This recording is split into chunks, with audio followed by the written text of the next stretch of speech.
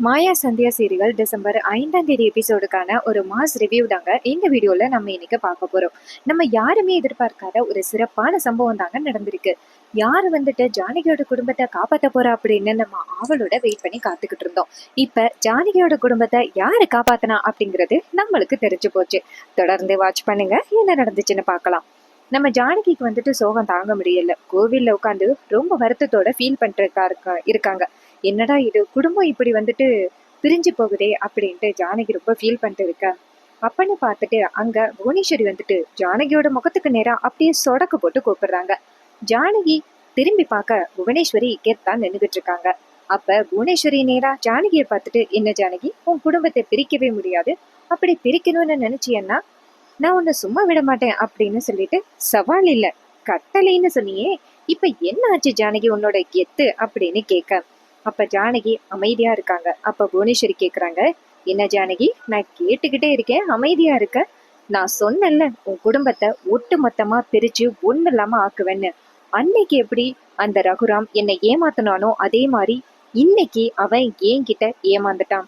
அத்தனை பேருக்கு முன்னாடி அவமானப்பட்டு நிற்க போறான். எல்லாருமே ஆள் ஆளுக்கு எனக்கு அந்த சொத்து வேணும் இந்த சொத்து வேணும் அப்படின்னு சண்டை போட்டுக்கிட்டு இருக்கும் பொழுது நீயும் உன் புருஷனும் சேர்ந்து ஒப்பாரி வச்சுக்கிட்டு இருப்பீங்க, அதை நான் கண் குளிர பார்க்க போறேன் அப்படின்னு அந்த புவனேஸ்வரி நேரா ஜானகிட்ட சொல்றாங்க. அந்த நேரம் மாயா அந்த பக்கமா வராங்க. மாயா வந்துட்டு ஜானகி புவனேஸ்வரி பேசிக்கிட்டு இருக்கிறத பாக்குறாங்க. புவனேஸ்வரி ஜானகிய மரியாதை இல்லாம பேசுறதையும் மாயா கவனிக்கிறாங்க. அப்ப ஜானகி சொல்றாங்க, இங்க பாரு புவனேஸ்வரி, தேவையில்லாம பேசாத அப்படின்னு. அப்ப புவனேஸ்வரி டக்குன்னு ஜானகியோட கையை பிடிச்சி, என்ன ஜானகி சவால் விடுறியா, உனக்கு கொஞ்சம் கூட அறிவே இல்லையா, உன் குடும்பத்தை பிரிக்கணும்னு நினைச்சேன், அதே மாதிரி உன் குடும்பம் சொத்துதான் முக்கியம் அப்படின்னு ஒவ்வொருத்தரும் அடிச்சுக்கிட்டு இருக்கிறத பார்க்க எனக்கு கண் குளிர இருக்கு. நாளைக்கு ரகுராம் யாருக்கு என்ன சொத்து வேணும் அப்படிங்கிறத கணக்கு போட போறான். இதுலயும் பார்வதி எனக்கு வீடு வேணும், பத்மா எனக்கு வீடு வேணும் அப்படின்னு ரெண்டு பேருமே சண்டை போட்டுக்கிட்டு இருக்கிறத பார்த்து எனக்கு ரொம்ப சந்தோஷமா இருக்கு அப்படின்னு புவனேஸ்வரி சொல்றாங்க. இதை கேட்டுட்டு ஜானகி புவனேஸ்வரியை பார்த்துட்டு, இங்க பாரு, நீ என்ன நடந்தாலும் என் குடும்பத்தை உன்னால ஒன்றும் பண்ண முடியாது அப்படின்னு. அப்ப புவனேஸ்வரி சொல்றாங்க, என்ன ஜானகி, இன்னும் கனவு கண்டுகிட்டு இருக்கியா, உன் குடும்பம் ஆல்மோஸ்ட் பிரிஞ்சு போச்சு, இந்த ரகுராம் குடும்பம் மாதிரிதான் இருக்கணும் அப்படின்னு கிராமத்துல உள்ளவங்க எல்லாருமே உன் குடும்பத்தை எடுத்துக்காட்டா சொல்லிக்கிட்டு இருப்பாங்க. ஆனா இன்னைக்கு சொத்து பிரிச்ச பிறகு இந்த ரகுராம் குடும்பம் மாதிரி போயிடக்கூடாது அப்படின்னு எல்லாருமே சொல்றத என் காதுக்கு இனிய நான் கேட்க போறேன் அப்படின்னு புவனேஸ்வரி ஜானகியை ரொம்ப அவமானப்படுத்தி பேசிக்கிட்டு இருக்காங்க. அப்ப மாயா இதையெல்லாம் கேட்டுட்டு ரொம்ப கவலையோட இருக்காங்க. அப்ப புவனேஸ்வரி நேரா ஜானகியை பார்த்து, புருஷனையும் பிரிப்பேன் இருக்கீங்கல்ல, மறுபடி நீங்க ரெண்டு பேருமே பேசுறதுக்கு வாய்ப்பே கொடுக்க மாட்டேன், ரெண்டு பேரையும் நான் பிரிச்சு காமிக்கிறேன் அப்படின்ட்டு புவனேஸ்வரி ஜானகிய செமையா திட்டிட்டு அந்த இடத்துல இருந்து போறாங்க.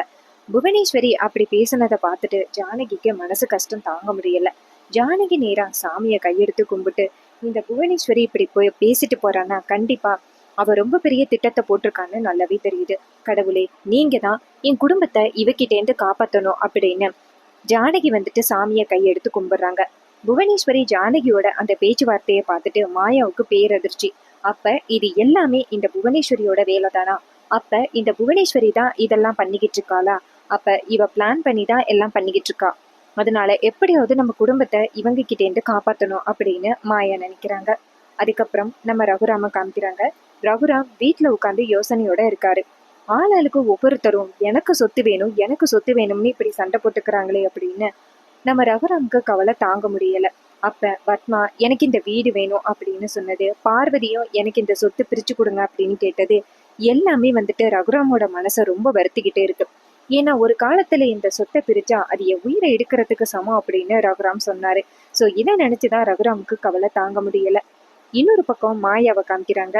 மாயா வந்துட்டு ஒவ்வொருத்தரும் சொன்னதை நினைச்சு கவலையோட இருக்காங்க. வக்கீலுக்கே ஃபோன் பண்ணி பத்மா சொல்றாங்க எனக்கு இந்த வீடு வேணும் அப்படின்னு சொல்றாங்க. அதே நேரத்துல பார்வதியும் ஃபோன் பண்ணி எனக்கு இந்த வீடு வேணும் அப்படின்னு சொல்றாங்களே தவிர்த்து யாருமே இந்த குடும்பத்தோட சந்தோஷத்தை பத்தி நினைச்சு பார்க்கலையே அப்படின்னு மாயாவுக்கு ஒரே கவலையா இருக்கு. மாயா ரூம்ல உட்கார்ந்துருக்கும் பொழுது சீனு கோவமா ரூம்குள்ள வராரு. வந்துட்டு மாயாவை பார்த்து, நீ நினைச்சதை சாதிச்சிட்டியல்ல அப்படின்னு கேட்க, மாயா கேக்குறாங்க, என்ன சீனு சொல்ற அப்படின்னு. சீனு சொல்றாரு, இங்க பாரு, என் குடும்பத்தை சுக்குநூறா உடைக்கணும்னு ஆசைப்பட்டா, அதே மாதிரி ஆள் ஆளுக்கு சொத்து வேணும் அப்படின்னு சண்டை போட்டுக்கிட்டு ஆள் ஆளுக்கு 4 திசையில போக போறாங்க. இத பார்த்துட்டு நீ ரொம்ப சந்தோஷப்பட்டுக்கிட்டு தானே இருக்க, இதுக்கு தானே இந்த வீட்டுக்குள்ள வந்த அப்படின்னு மாயா சொல்றாங்க. ஏன் சீனு, உங்க அம்மாவும் தானே இந்த சொத்து வேணும்னு சொன்னாங்க, ஏன் உங்க அம்மா மேலே நீ பழி போட மாட்டேங்கிற அப்படின்னு. அப்ப சீனு சொல்றாரு, இங்க பாரு மாயா, இது எல்லாத்துக்கும் யாரு காரணம், நீ தானே. நீ மட்டும் கதிருக்கும் தனாவுக்கும் கல்யாணம் பண்ணி வைக்காம இருந்திருந்தா இந்த பிரச்சனை நடந்திருக்குமா? நீ தானே அவங்க 2 பேருக்கும் கல்யாணம் பண்ணி வச்ச. இதனாலதான் மாமா வந்துட்டு ரொம்ப கோவப்பட்டாரு. இப்ப மத்தவங்களும் வந்துட்டு ரொம்ப மோசமா சிவாவை பேசினதோட பார்வதி அக்காவும் வந்துட்டு சொத்தை பிரிச்சு ஆகணும்னு இப்படிப்பட்ட ஒரு வேலையை பண்ணியிருக்காங்க. இது எல்லாத்துக்கும் ஆரம்ப புள்ளி யாரு, நீதானே. நீ மட்டும் அவங்க 2 பேருக்கும் கல்யாணம் பண்ணி வைக்காம இருந்திருந்தா இந்த பிரச்சனை வந்திருக்குமா அப்படின்னு சொல்லிட்டு சீனு கேக்குறாரு. அப்ப மாயா சொல்றாங்க, என்ன சீனு, எல்லா பழியையும் ஏன் மேலேயே போடுற, ஏன் சீனு அப்படின்னு. அப்ப சீனு சொல்றாரு, இது எல்லாத்துக்கும் முழு காரணம் நீதான். இப்பதான் உன்னால நிம்மதியா இருக்க முடியும். ஒரு காலத்துல உங்க அம்மாவை இந்த ஊரு அவமானப்படுத்துனுச்சு, ஒதுக்கி வச்சுச்சு அப்படிங்கிற எண்ணத்தை மனசுல வச்சுக்கிட்டு என் குடும்பத்தையே நீ பழி தீர்த்திட்டியல்ல அப்படின்னு சொல்லிட்டு சீனு கோவமா அந்த இடத்துல இருந்து போறாங்க. அப்ப நம்ம மாயாவுக்கு ஒரு யோசனை, அப்ப நம்மள இந்த குடும்பத்தோட வாரிசு தானே அப்படின்னு மாயா நினைக்கிறாங்க. ஒரு நாள் ரகுராம் வந்துட்டு மாயாவை தான் வாரிசா எடுத்துக்கிட்டாருல்ல, அது நம்ம மாயாவுக்கு தோணுது. இன்னொரு பக்கம் மாயா நேரா ஒரு கோவிலுக்கு போறாங்க. அங்க போயிட்டு அங்க உள்ளவரை பார்த்துட்டு, ஐயா, கொஞ்ச நாளைக்கு முன்னாடி ரகுராம் ஐயா வந்துட்டு இந்த கோவில்ல என்னைய வந்துட்டு அவரோட பொண்ணா வந்துட்டு ஏத்துக்கிட்டாரு இல்ல அப்படின்னு சொல்ல அவர் சொல்றாரு, ஆமாம்மா, கொஞ்ச நாளைக்கு முன்னாடி இந்த சடங்கு நடந்துச்சு, ஏமா அப்படின்னு. மாயா சொல்றாங்க, அதுக்கான சர்டிபிகேட் எனக்கு உடனே வேணும் அப்படின்னு சொல்ல அவரு சொல்றாரு, ஏமா, அது கோவில் பூசாரி கிட்ட தான் இருக்கும், அவரை போய் பாருங்களேன் அப்படின்னு. இது கேட்டதோட மாயாவும் சரி அப்படின்னு போறாங்க. இன்னொரு பக்கம் சொத்து பிரிக்கிறதுக்கான எல்லா ஏற்பாடுகளும் நடக்குது. வக்கீல் வீட்டுக்கு வந்துடுறாரு. அப்ப எல்லாரும் அந்த ஹால்ல இருக்காங்க. அதே நேரத்துல நாங்க சொன்னதுக்காக இப்படி சீரியஸா வந்துட்டீங்களா, இங்க பாருங்க, நாங்கெல்லாம் எந்த சொத்தும் கேட்கவே இல்லை, நீங்க வீட்டுக்கு கிளம்புங்க அப்படின்னு. அப்ப பார்வதி டக்குன்னு, என்னங்க, தயவு செஞ்சு பொறுமையா இருங்க, சொத்து பிரிக்கிறது பிரிக்கிறது தான், என்ன நீங்க லூசு மாதிரி பேசிக்கிட்டு இருக்கீங்க அப்படின்னு. அப்ப சிவா டென்ஷன் ஆகி பார்வதி கிட்ட, நீ சும்மா இருக்க மாட்ட போல அப்படின்னு சொல்லிட்டு அடிக்க போக டக்குன்னு ரகுராம் தடுக்கிறாரு. சிவா அப்படின்னு. அப்ப சிவா திரும்பி பார்க்க ரகுராம் வராரு. ரகுராம் நேரா சிவா கிட்ட, பொறுமையா இரு அப்படின்னு சொல்லிட்டு வந்து சேர்ல உட்கார்றாரு. அதே நேரத்துல மகாலிங்கமும் வராரு. மகாலிங்கம் வந்ததோட சிவா கேக்குறாரு, நீங்க எதுக்கு இங்க வந்தீங்க அப்படின்னு. அப்ப மகாலிங்க சொல்றாரு, கொஞ்ச நாளைக்கு முன்னாடி என் பொண்ணை இந்த வீட்டுல கட்டி கொடுக்கலாம் அப்படின்னு நினைச்சேன். ஆனா என் பொண்ணு இந்த வீட்டுக்கு மருமகளா வரக்கூடாது அப்படின்னு சில பேர் சில திட்டத்தை போட்டுட்டாங்க. அதே மாதிரி ஏன் உறவுக்கார பொண்ணு இந்த வீட்டுல இருக்கா, அவளுக்கு எந்த அநியாயமும் நடக்கக்கூடாது அப்படிங்கிறதுக்காக தான் நான் இங்க வந்திருக்கேன் அப்படின்னு. இதை கேட்டதோட சிவா சொல்றாரு, ஏ பார்வதி, இவர் பேச்சு கேட்டுக்கிட்டுதான் இதெல்லாம் பண்றியா அப்படின்னு. அப்ப மகாலிங்க சொல்றாரு, இங்க பாருங்க, பார்வதி எங்க வீட்டு பொண்ணு, அதனால அவளுக்கு எதுவும் அநியாயம் நடக்கக்கூடாது அப்படிங்கிறதுக்காக தான் அவளுக்கு ஆதரவா நாங்க இங்க வந்திருக்கோம் அப்படின்னு. பார்வதி நேரா சிவாப்பாவை பார்த்து, என்னங்க, உங்களுக்காக தான் நாங்க பேசிக்கிட்டு இருக்கோம், நீங்க தேவையில்லாம பேசாதீங்க அப்படின்னு சொல்ல, இது கேட்டுட்டு சிவா சொல்றாரு, பார்வதி, உன் போக்கே சரியில்லை அப்படின்னு. அப்ப ரகுராம் சொல்றாரு, வக்கீலையா, நீங்க படிங்க அப்படின்னு. அப்ப வக்கீல் சொல்றாரு, ஒரு நிமிஷம் இருங்க அப்படின்னு சொல்லிட்டு அதுல உள்ள எல்லாத்தையுமே எடுத்து பாக்குறாரு. பார்த்துட்டு, சரி, சொத்து விவரங்களை படிக்க ஆரம்பிக்கவா அப்படின்னு கேட்க ரகுராம் சொல்றாரு, நீங்க படிங்க அப்படின்னு. அவர் படிக்க ஆரம்பிக்கிறாரு. ரகுராம் பேர்ல உள்ள சொத்து எல்லாமே ஜானகி மேடத்துக்கு மாறுது. மொத்தமா 3 பங்காகுது. இந்த 3 பங்குல அந்த 40 ஏக்கர் நிலத்தை 3 பங்கா பிரிக்கிறோம். தோப்பு வந்துட்டு பார்வதி பேர்லயும், அப்புறம் இன்னும் சில வீடுகள் வந்துட்டு பத்மா பேர்லயும் எழுதி வைக்கிறோம் அப்படின்னு சொல்லிட்டு வக்கீல் ஒரு பெரிய லிஸ்டா படிக்கிறாரு. அவர் பெரிய லிஸ்டா படிக்கிறத பார்த்துட்டு ஜானகிக்கு பேரதிர்ச்சி. ரகுராமோட சொத்து எல்லாமே ஜானகி பேருக்கு வரதை பார்த்துட்டு ஜானகிக்கு ரொம்ப பெரிய அதிர்ச்சி ஆகுது.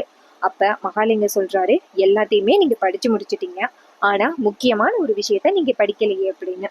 அப்ப வக்கீல் கேக்குறாரு, எதை நான் படிக்காம விட்டேன், கரெக்டா நான் எல்லாத்தையும் படிச்சுக்கிட்டு தானே இருக்கேன் அப்படின்னு. அப்ப மகாலிங்க சொல்றாரு, இந்த பெரிய வீடு யாருக்குன்னு நீங்க சொல்லவே இல்லையே அப்படின்னு. அதை கேட்டுட்டு வக்கீல் சொல்றாரு, இந்த வீடா, இந்த வீடு பத்மா மேடம் பேருக்கு எழுதியாச்சு அப்படின்னு. இது கேட்டதோட பார்வதிக்கு பேரதிர்ச்சி. இன்னொரு பக்கம் புவனேஸ்வரிய காமிக்கிறாங்க. புவனேஸ்வரி வீட்டுல காலையிலே குளிக்காம கொள்ளாம உட்கார்ந்துருக்காங்க. அப்ப பசுபதி நேரா வந்துட்டு, என்னம்மா சீக்கிரம் கிளம்பிட்டியா அப்படின்னு. அப்ப புவனேஸ்வரி சொல்றாங்க, அண்ணா, நான் தூங்கினா தானே சீக்கிரம் கிளம்புறதுக்கு அப்படின்னு. இது கேட்டதோட அவர் அதிர்ச்சியாகி, என்னம்மா சொல்ற அப்படின்னு கேட்க, அப்ப புவனேஸ்வரி சொல்றாங்க, அந்த ரகுராமோட குடும்பத்துல இன்னைக்கு தானே சொத்து பிரிக்கிறாங்க, அந்த குடும்பம் பிரிகிறத பாக்குறதுக்கு நான் ரொம்ப ஆர்வத்தோட வெயிட் பண்ணிக்கிட்டு இருக்கேன். அந்த ஜானகி எப்படி என்கிட்ட சவால் விட்டா, இன்னைக்கு அவ குடும்பம் சுக்குநூறா போக போகுது அப்படின்னு சொல்லிட்டு புவனேஸ்வரி ரொம்ப ஹாப்பியா இருக்காங்க. பசுபதி சொல்றாரு, சரிம்மா நீ போயிட்டு குளிச்சுட்டு சாப்பிட்டுட்டு ரெஸ்ட் எடுமா. அங்க என்ன நடந்தாலும் அந்த மகாலிங்கம் நமக்கு கால் பண்ணி சொல்லிடுவான் அப்படின்னு. புவனேஸ்வரி சொல்றாங்க, இல்லைண்ணா அங்கேருந்து செய்தி வரட்டும். ரகுராம் வந்துட்டு சொத்தை பிரிச்சதோட அனாதையா அந்த ரகுராமும் ஜானகியும் நடு ரோட்ல நிக்கிறாங்க அப்படிங்கிற செய்தி என் காதுக்கு வந்து விழணும். அப்பதான் என்னால நிம்மதியா இருக்க முடியும் அப்படின்னு புவனேஸ்வரி சொல்றாங்க. இதை கேட்டுட்டு பசுபதி சொல்றாரு, கண்டிப்பா நீ நினைக்கிறது நடக்குமா, நீ கொஞ்சம் பொறுமையா இரு அப்படின்னு. அப்ப புவனேஸ்வரி சொல்றாங்க, இல்லைண்ணா எனக்கு இப்பவே செய்தி வரணும், அதுக்கப்புறம் நான் வந்துட்டு பொறுமையா இருக்கேன் அப்படின்னு சொல்ல பசுபதி சொல்றாரு, இங்க பாருமா இப்ப நம்ம கால் பண்ண முடியாது, கால் பண்ணா கண்டிப்பா வந்துட்டு அந்த வீட்டுல உள்ளவங்களுக்கு நம்மளுக்கு சந்தேகம் வரும், அதனால நம்ம வந்துட்டு தொக்கா மாட்டக்கூடாது, நீ பொறுமையா இரு அப்படின்னு சொல்ல புவனேஸ்வரியும் சரிண்ணா அப்படின்னு சொல்றாங்க. அதுக்கப்புறம் பார்வதி கேக்குறாங்க, யாரை கேட்டு நீங்க வந்துட்டு வீட்டை பத்மா அண்ணி பேருக்கு எழுதி வச்சீங்க அப்படின்னு. அப்ப மகாலிங்க சொல்றாரு, ஆமா இந்த சொத்து சட்டப்படி பார்க்க போனா ரகுராமோட தம்பியான சிவாவுக்கு தான் கிடைக்கணும், நீங்க எப்படி வந்துட்டு பத்மாவுக்கு எழுதி வைக்கலாம் அப்படின்னு. அப்ப பத்மா சொல்றாங்க, நான் தான் கேட்டேன் அப்படின்னு. இதை கேட்டுட்டு மணி சொல்றாரு, உனக்கு கொஞ்சம் கூட வெக்கமாவே இல்லையாடி, உன் அண்ணன் வந்துட்டு உன் மேல எவ்வளவு பாசம் வச்சிருந்துருவாரு, எப்படி ஏன் இப்படி பண்ற அப்படின்னு. அப்ப பத்மா சொல்றாங்க, என்னங்க நான் இந்த வீட்டை தானே கேட்டேன், இந்த வீடு வந்துட்டு என் அண்ணனுக்கு கோவில் மாதிரி, எங்க அண்ணன் இருக்கிற இடம் தான் நான் எனக்கு சந்தோஷம், அதனாலதான் நான் கேட்டேன் அப்படின்னு. அப்ப மணி கேக்குறாரு, கோயிலுக்கு சாமி கும்பிட போனா அந்த கோயில் உனக்கு சொந்தம்னு அர்த்தம் இல்லடி அப்படின்னு. அப்ப அந்த ரகுராம் சொல்றாரு, அமைதியா இருங்க அப்படின்னு. அப்ப மகாலிங்க சொல்றாரு, இங்க பாருங்க இதெல்லாம் அநியாயம், சிவாவுக்கு தான் இந்த வீடு கிடைக்கணும், அதை விட்டுட்டு நீங்க எப்படி பத்மாவுக்கு வந்துட்டு எழுதி வைக்க முடியும், அவங்களதான் கல்யாணம் பண்ணி கொடுத்தாச்சுல்ல, அவரோட புருஷன் ஒழுங்கா தொழில் பண்ணாம எல்லாமே நஷ்டத்துல விட்டதுனாலதான் இந்த வீட்டுக்குள்ள வந்து அட்டை மாதிரி ஒட்டிக்கிட்டு இருக்காங்க, அதுக்காக அவங்களுக்கு கடைசி வரைக்கும் இந்த வீட்டுல உள்ளவங்க செய்யணும்னு அர்த்தம் கிடையாது அப்படின்னு. இதை கேட்டுட்டு பத்மா சொல்றாங்க, இங்க பாருங்க எங்க அண்ணனோட இந்த வீட்டை வாங்குறதுல எனக்கு முழு உரிமை இருக்கு, நீங்க தேவையில்லாம பேசாதீங்க அப்படின்னு சொல்லிட்டு பத்மா ரொம்ப மோசமா பேச, அப்ப பார்வதி சொல்றாங்க, இங்க பாருங்கக்கா நீங்க மத்த சொத்து எல்லாத்தையும் வேணாலும் எடுத்துக்கிடுங்க, எனக்கு இந்த வீடு வேணும் அப்படின்னு. அப்ப பாட்டி சொல்றாங்க, இங்க பாருங்க ரகுராமுக்கு இந்த வீடு மட்டும்தான், ஏன் நீங்க வந்துட்டு இப்படி பண்றீங்க அப்படின்னு. அப்ப பத்மா சொல்றாங்க, அம்மா நான் ஒண்ணு இந்த வீட்டை தூக்கிக்கிட்டு போறேன்னு சொல்லல, இந்த வீட்டை மட்டும்தான் என் பேருக்கு எழுத சொன்னேன், மத்தபடி நான் வேற எதுவுமே நான் கேட்கவே இல்லை அப்படின்னு. அப்ப பாட்டி வந்துட்டு நேரா ரகுராம பார்த்து, ரகு என்னப்பா நடக்குதுங்க, நீ ஏதாவது சொல்லுப்பா அப்படின்னு.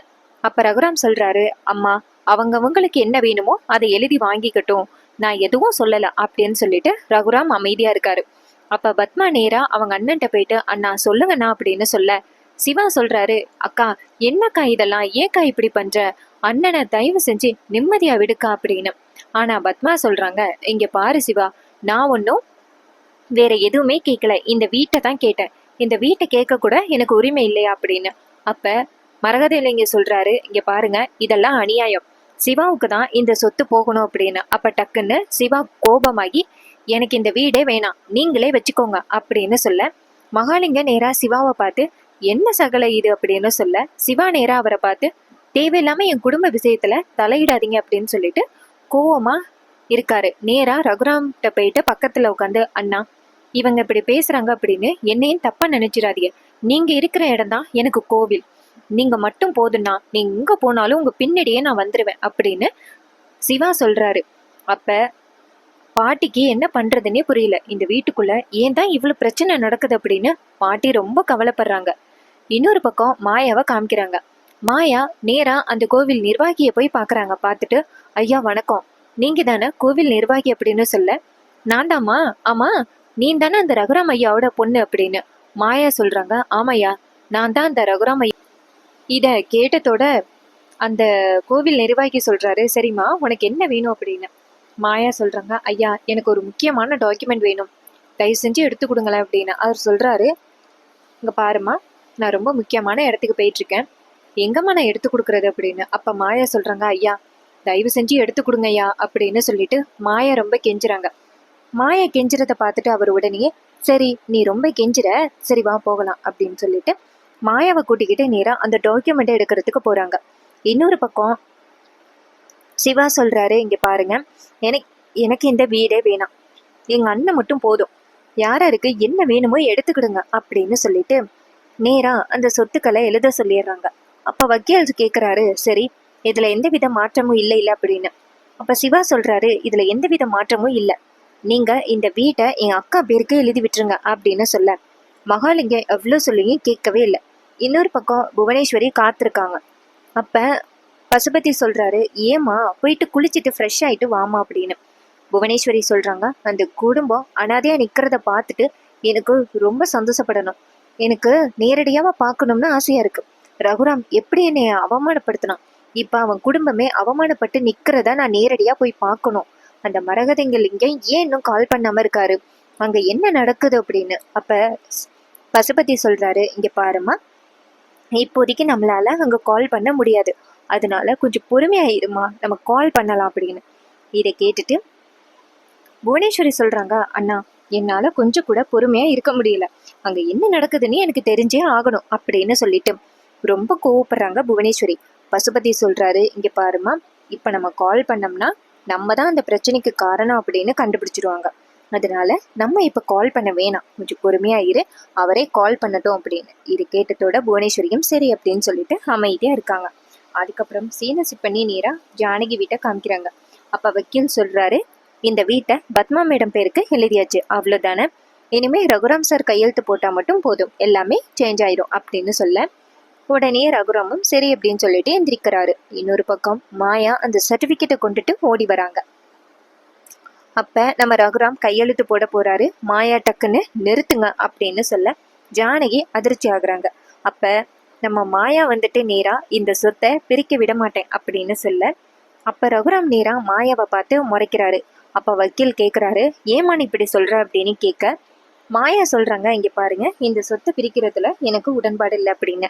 பத்மா கேக்குறாங்க, நீ யாரடி இந்த சொத்தை பிரிக்கிறதுல உடன்பாடு இல்லைன்னு சொல்றது, உனக்கு இந்த சொத்துக்கும் என்னடி சம்மந்தம் அப்படின்னு கேட்க மாயா சொல்றாங்க, இங்க பாருங்க, இந்த சொத்தை பிரிக்கிறதுல எனக்கு உடன்பாடு இல்லை, நானும் ரகுராம் சாரோட வாரிசு தான் அப்படின்னு சொல்ல அப்ப வக்கீல் கேக்குறாரு, என்னம்மா சொல்ற, சாருக்கு வந்துட்டு ஒரு பொண்ணு தானே அப்படின்னு. மாயா சொல்றாங்க, கோவில்ல வச்சு என்னைய பெரியப்பா வந்துட்டு தான் பொண்ணை ஏத்துக்கிட்டாரு, அதுல இருந்து அவர் எனக்கு அப்பா தான், அதனால நீங்க வந்துட்டு நான் சொல்றதையும் கேட்டுதான் ஆகணும் அப்படின்னு சொல்ல வக்கீல் நேரா அவன் அந்த பொண்ணுகிட்டேருந்து அந்த ஃபார்மை வாங்கிட்டு பார்க்க அதுல அப்படியே ரகுராமோட வாரிசுன்னு இருக்கு. இதை பார்த்ததோட வக்கீல் சொல்றாரு, ஆமா மாயா இந்த வீட்டோட வாரிசு தான், அதனால மாயாவுக்கும் உரிமை இருக்கு அவங்க என்ன பேசணும் அப்படின்னு. இது கேட்டதோட பத்மா சொல்றாங்க, அதான் அண்ணன் சொத்தை பிரிக்கிறேன்னு சொல்லிட்டாரு, இவ யாரு கேட்கறதுக்கு அப்படின்னு. மாயா சொல்றாங்க, நானே இந்த வீட்டோட வாரிசு தான், இந்த சொத்தை பிரிக்கிறதுக்கு எனக்கு சம்மந்தம் இல்லை அப்படின்னு சொன்னதோட இது கேட்டதோட பார்வதிக்கு ரொம்ப பெரிய அதிர்ச்சி, பத்மாவுக்கும் அதிர்ச்சி. அதோட இந்த எபிசோட ஃபினிஷ் பண்ணியிருக்காங்க. அப்கமிங்கில் என்ன நடக்க போகுது அப்படின்னு நம்ம வெயிட் பண்ணி பார்ப்போம். ப்ரெடிக்ஷனில் என்ன நடந்துச்சு அப்படின்னு பார்க்கணும்னா மறக்காமல் நம்ம சேனலை சப்ஸ்கிரைப் பண்ணிக்கோங்க.